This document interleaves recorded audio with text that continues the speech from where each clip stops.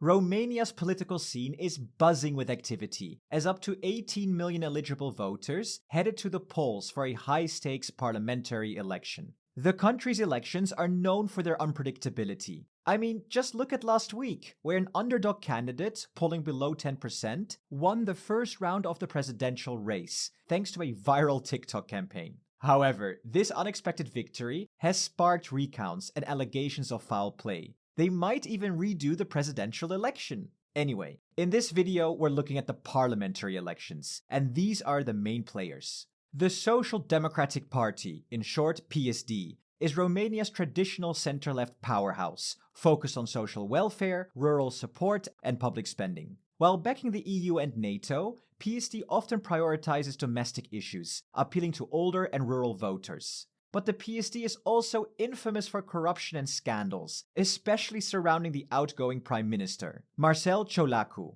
The party's credibility took another hit last week in a highly controversial move by the PSD-influenced Constitutional Court. They initiated a recount of the presidential election after Ciolacu finished in third place, missing the cutoff for a second round. The recount, conducted behind closed doors with minimal transparency, is widely seen as an attempt to shuffle votes in his favor, further fueling public distrust and damaging the party's already fragile reputation. The National Liberal Party, PNL in short, is Romania's leading center-right party, championing free market policies and a pro-EU and NATO stance. PNL appeals to urban middle-class voters and positions itself as a modernizing force in Romanian politics. However, PNL has faced criticism for infighting and mismanagement, particularly in infrastructure and healthcare. Their credibility took a major hit after campaigning against PSD in 2020, only to form a coalition with them, leading to accusations of hypocrisy and lost voter trust.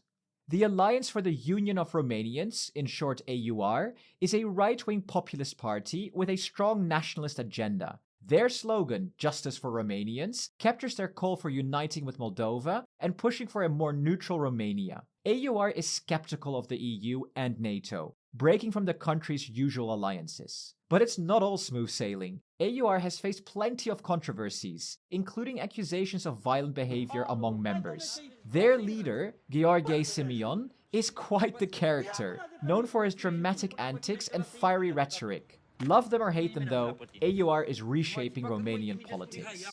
The Save Romania Union, also called USR, is a center-right reformist party, focused on transparency, anti-corruption, and modernizing Romania. USR appeals to young urban voters and the diaspora, promoting a strong pro-EU and NATO stance while challenging traditional political structures. Despite its reformist image, USR has struggled with internal divisions and accusations of elitism, hypocrisy, and being detached from reality.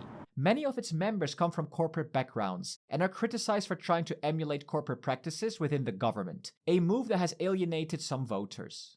The SOS Romania party is an ultra-nationalist and populist force, advocating for sovereignty, social conservatism, and a more independent foreign policy. So yeah, pretty anti-EU. The party appeals to voters disillusioned with traditional politics, presenting itself as a staunch defender of Romanian values and identity. Its fiery leader is notorious for making scenes in the European Parliament, further cementing the party's reputation for controversy and isolationism.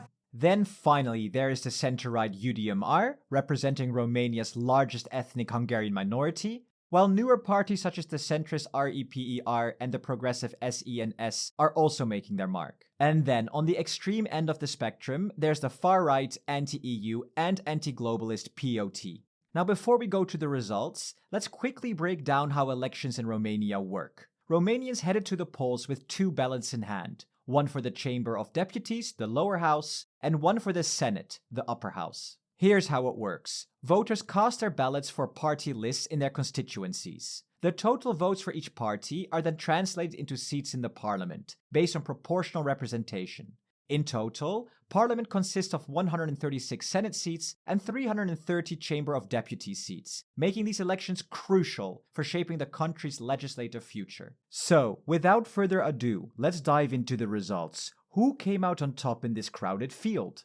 Drumroll please, because in first place, we have the PSD, with 22.5% of the vote, down 7% from 4 years ago.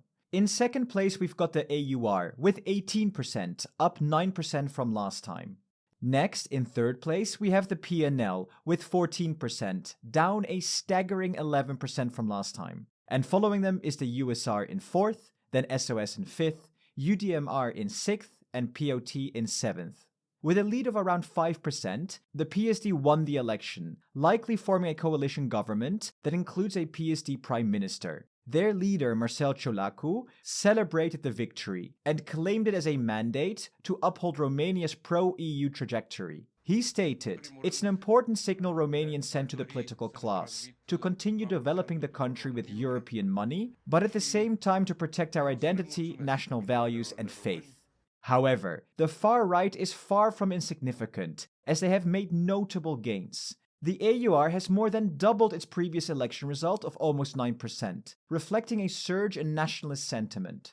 Alongside POT, which backs far-right presidential candidate Georgescu, and the extreme-right SOS Romania, these parties have all cleared the 5% threshold needed to enter parliament. Combined, they could control around 30% of the seats in the new assembly, a significant and growing bloc. AUR leader George Simion celebrated this shift, stating that today the Romanian people voted massively for sovereignist forces, which is exactly what the AUR wanted since its founding. The PSD and PNL are taken out of governing majority by Romanians' vote.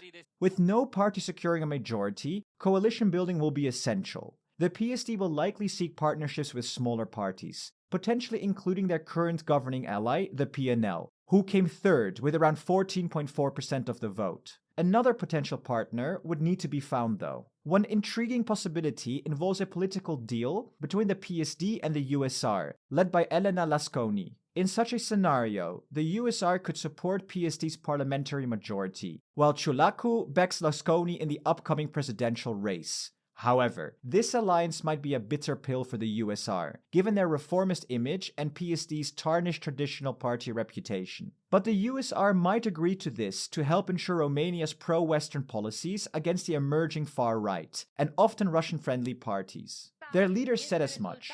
"May God bless Romania in the EU and NATO," she said. "If we are united, the Russian bots on TikTok cannot destroy our democracy." So, while pro-EU and pro-NATO parties have held the far right from getting a majority in this election, the significant support for radical parties signals a potential shift, which we can see throughout Europe. An ultra-nationalist pro-Russian candidate could still win the presidency, though, in next week's runoff, adding uncertainty to Romania's political future. But what about you? What are your thoughts on the new Romanian parliament? Let us know in the comments. We'd love to hear your take. And even though Romania has already held 2 elections in the last 2 weeks, the political drama isn't over yet. Next week brings the second round of the presidential election. So don't forget to subscribe if you want to catch our upcoming video, breaking it all down. In the meantime, check out our coverage of the first round of Romania's presidential election, or dive into the Irish elections. And to all our Romanian viewers, we also have an amazing channel just for you, the one and only Romanian EU Made Simple. Link in the description below. Finally, a huge shout out to our amazing patrons, especially our presidents, Jan, Sjoukje, BJ, Peter, Kristin, and HEVD.